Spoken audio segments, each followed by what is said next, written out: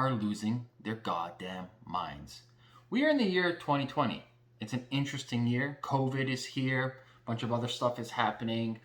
And we seem to be going through a transitionary phase. A great book to read for this is A Fort Turning. Fantastic book. Highly recommend it. I'll leave a link in the show notes for The Fort Turning. You should really, really read that book. But what's fascinating about all this drama, it's all a theater. It's an opera. People wear masks, right? What's fascinating about all this drama is people actually believe that the political establishment really cares about them.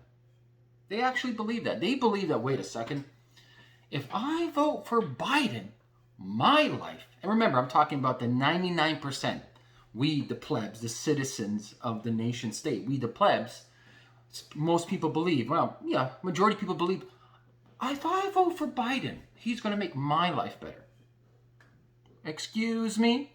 Or here in Canada, if I vote for the next political leader besides Trudeau, somehow my life is going to be enriched. No, it's not.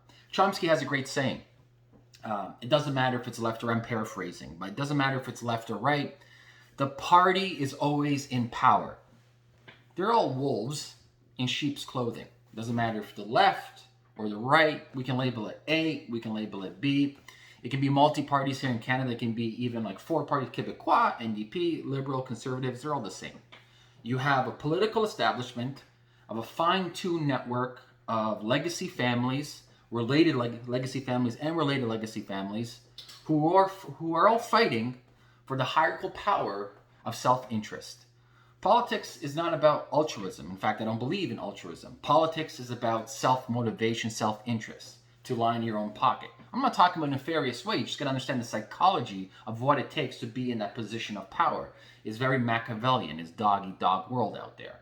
And so to think that you have a choice is an illusion. Alan Watts talks about this the whole time. It is a massive illusion to think that politicians care about you. They don't. This is a system designed to give you the illusion of choice. As if you choose X or Y, magically your life becomes better. If you look back, I don't know, we'll go back even to the 90s, not too far. What are some commonalities that we see? Less privacy, more taxation, more restrictions, and more ways on how to live your life. Not just from a political spectrum. Lately, it's infiltrating even how you should raise your children, how your children should behave. Gender roles, this roles, that roles, how universities should teach certain curriculums. It's very similar to the book 1984, George Orwell, right? Eventually, or the great movie. You guys got to watch this fucking movie, Equilibrium with Christian Bale. Phenomenal movie. Go watch that movie. And so I'm here sitting back, I'm like, Jesus Christ, in political talk, this is called political wedging. Creating a wedge, a division. Joseph Campbell said it. He's like, instead of us trying to create one big group, more commonalities. And remember, we're human beings. We're very tribal. Racism naturally doesn't exist. Tribalism is a real motherfucking thing. Just got to look at the wild. You got tribes of different types of primates, even modern day Paleolithic hunters and gatherers or small segments left in the world. It's very tribal. We are tribal creatures. However, as a Homo sapiens, we have very similar wants, likes, needs, etc. So there's a lot of commonalities among us. For the most part, 99% of the people in the world want to be left alone. They don't want to be taxed. They want access to clean water, great food, and pretty much underground, incognito, I would say 99% of people are libertarian. They're just publicly afraid to say it. Or number two, they actually don't know what it is. And I'm not big on labeling, I'm just saying a philosophy around things. And so what you see today is you have in-groups, as opposed to eliminating these groups, right, and creating more commonality. I'm not saying eliminating individualism. I'm a huge believer in individualism. The individual always supersedes the collective group. I'm not a collectivist. I'm an individualist.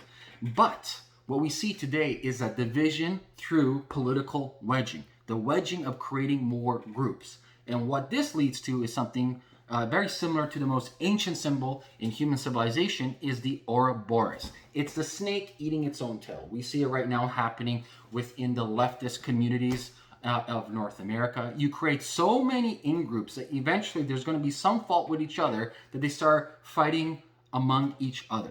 The best way to divide people, and it's been happening all the time, happened in Yugoslavia, happened with the Hutsi and Tutsis, this is just a recent example, happening in the United States right now. It is the best and the most precision strategy to A, distract people from what really matters, and B, to sit back and let them eat each other, which is to create division among the neighboring people, right?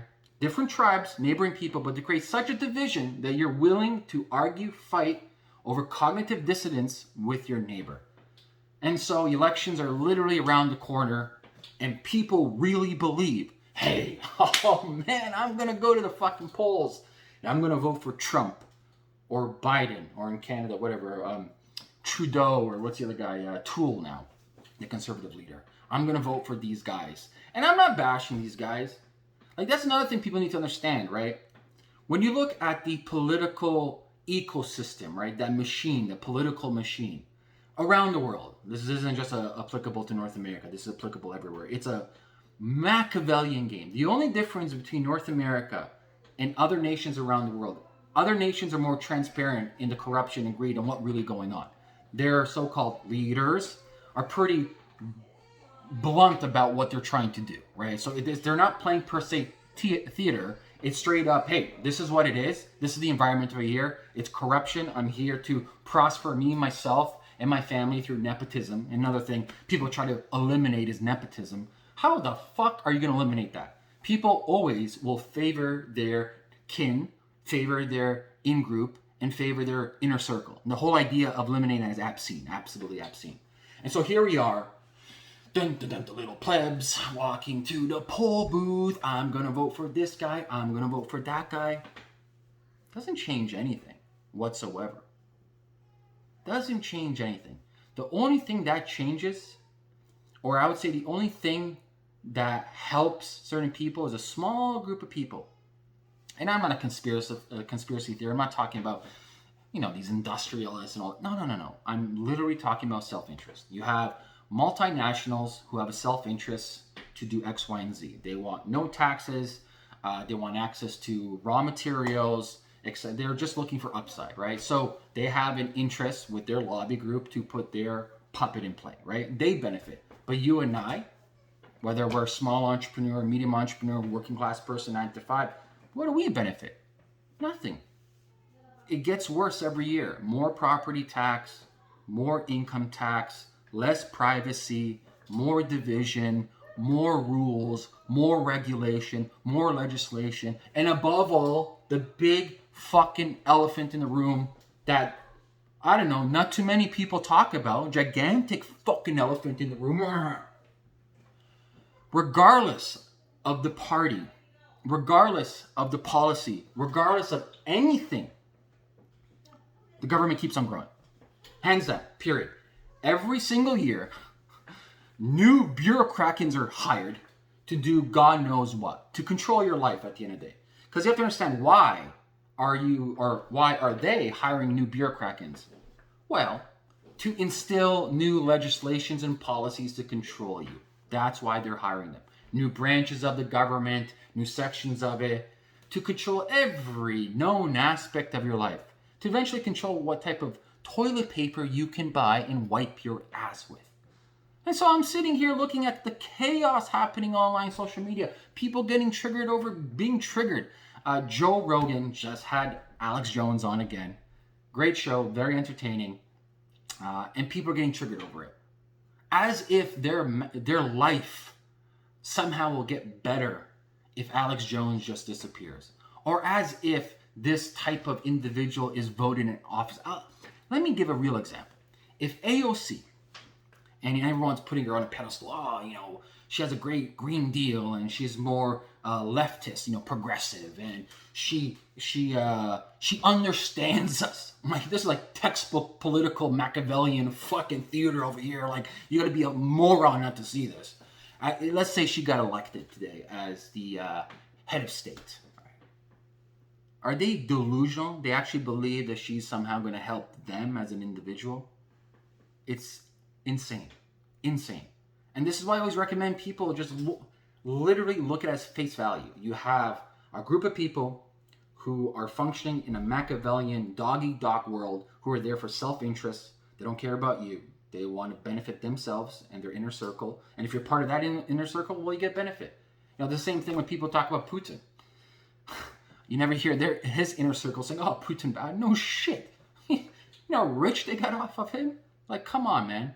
Even over here, like anywhere in the world, man, if you are benefiting, and 99% of the time benefiting mean lining your pocket with some type of financial gain, whether it be asset accumulation, money accumulation, power accumulation, some type of leverage accumulation, you're not crying. You're like, yeah, I love my position. Let that guy stay in power for as long as possible. Because the next guy's going to come around and put his candidate in place and line his inner circle as opposed to your inner circle. And we're not part of this inner circle. But yeah, here we are all exuding energy and arguing on Twitter and arguing on Facebook about, wow, this party, this candidate, that candidate, blah, blah, blah, blah, blah. You guys are all just puppets. You know, there's that famous, I've yet to dig into how authentic it is, but Yuri, I forget his last name, defunct KGB detractor. And basically he said a long time ago, he had a good saying, useful idiots. You know, 99% of plebs are useful idiots as pawns used in a specific way to gain the very few select people who really understand the game. So I'll leave you with the question. Are you wasting really precious time, which is a non-renewable resource, time, energy, and bandwidth, arguing about politics? Or are you actually spending that time enriching yourself in other ways? Spending more time with your family, making deeper connections with your friends and family, working on your health, working on your diet, working on your business, actually controlling things that you can control. You know, Rumi has a good saying, yesterday I was clever, I want to change the world. Today I'm wise, I want to change myself. And there's that Greek saying, for every finger that you point at somebody else, 3 fingers point back at you. And so basically, instead of you just literally exuding wasteful negative energy on things that literally does not fucking benefit you, spend that energy and focus that really laser strong. It's an anger type of energy, the political energy. You know, focus that anger energy on yourself. Peace out.